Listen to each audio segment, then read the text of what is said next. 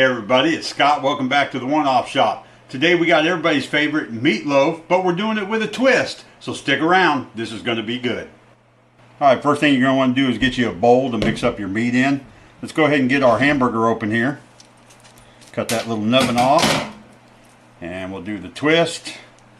And just squeeze that on out of there.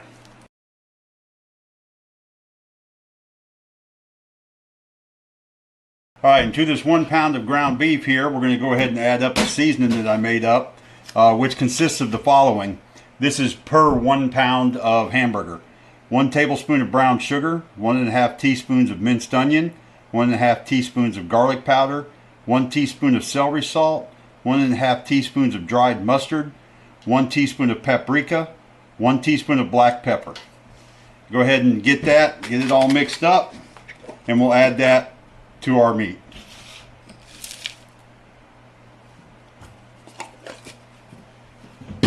Now normally when folks make meatloaf they use egg and crackers and stuff like that to hold it all together, but with what we're doing today we're not going to need that.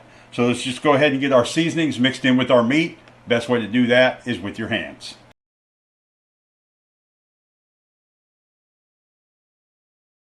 Alright, just keep mashing the meat around and rolling it around in that bowl until you get rid of all the seasoning so there's nothing left. It's all inside your meat. Alright, let's go ahead and move on to the next step. Alright, what I've got here is a silicone cupcake tray. We'll go ahead and take our meat and let's go ahead and drop 1 scoop in one of these until we're out of meat. Should be right around 6.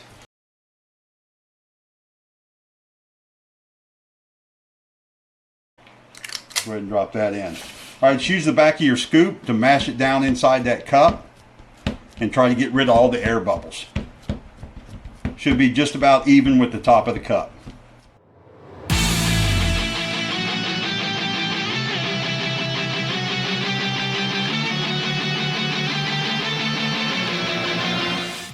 Alright, and there we have it. So if you hadn't already, you should get this into a preheated 350 degree oven for 35 to 40 minutes. Alright, this next step's really simple. Just go ahead and get you any kind of instant mashed potatoes and prepare them according to the directions. Mine calls for 2 cups of water to mix with the mix. I'm going to reduce that by 1/4 cup because I want my mashed potatoes a little stiffer than normal.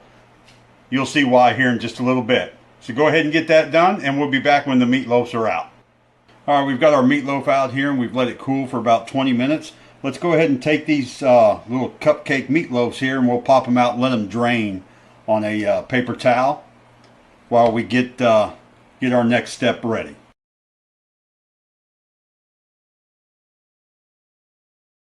Alright, we're about to get our mashed potatoes mixed up here. Just a quick tip, if you use one of these clear measuring cups to measure your liquid, a lot of times when you put clear liquid in there it's kind of hard to see the level. So what I do is I go ahead and I take a dry erase marker and I put a little mark on the exact spot where I want to fill up to. And then it washes right off when you wash the measuring cup. Anyway, you can use a glass bowl if you don't have ramekins. Anyway, what we want to do is take some of our potatoes. We want to line the inside, the sides, and the bottom. Then we're going to drop in our meatloaf puck, pack it over again with some more mashed potatoes. We're going to bake it again in the oven, so it's going to be twice baked meatloaf. And then when it comes out, we'll serve it up with some of this nice British brown gravy. We'll see how we taste. Alright, so let's just go ahead and take a little bit of our... I went ahead and sprayed down my ramekins with some Pam, by the way. Let's take a little mashed potatoes. Let's just mash that down in the bottom. Doesn't have to be a thick layer, just a little bit. Just enough to get the bottom covered.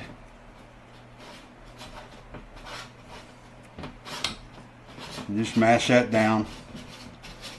Try to seal it up to the edges. About like that. Alright, so let's take a little more. And we're just going to start mashing that up on the sides here. Just a little at a time.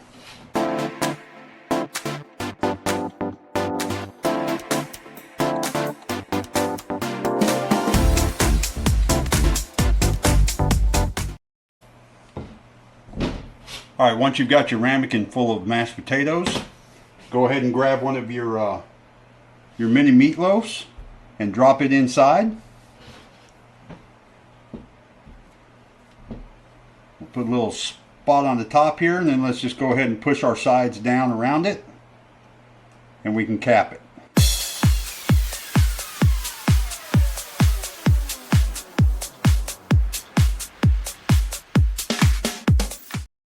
Alright, so there's our first one done.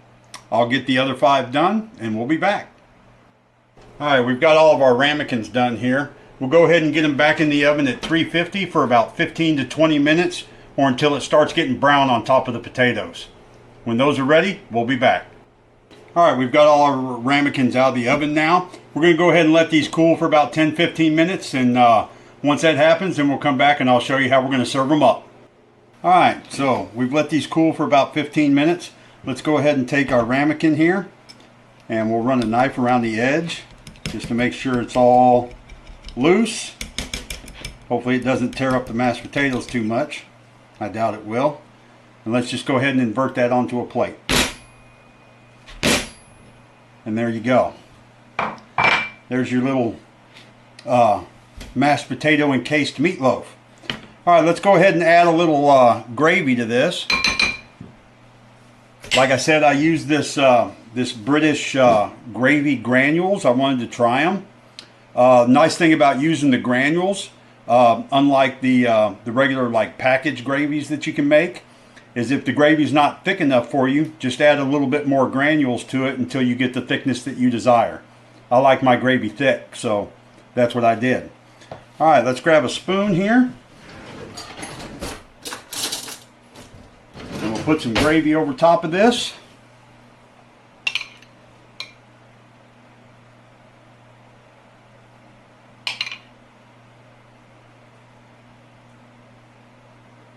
Oh yeah.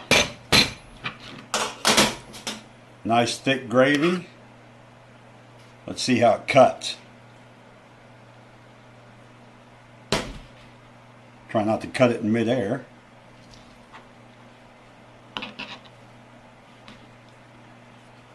And there's the inside. Alright, let's give it a try. Alright, let's give it a shot.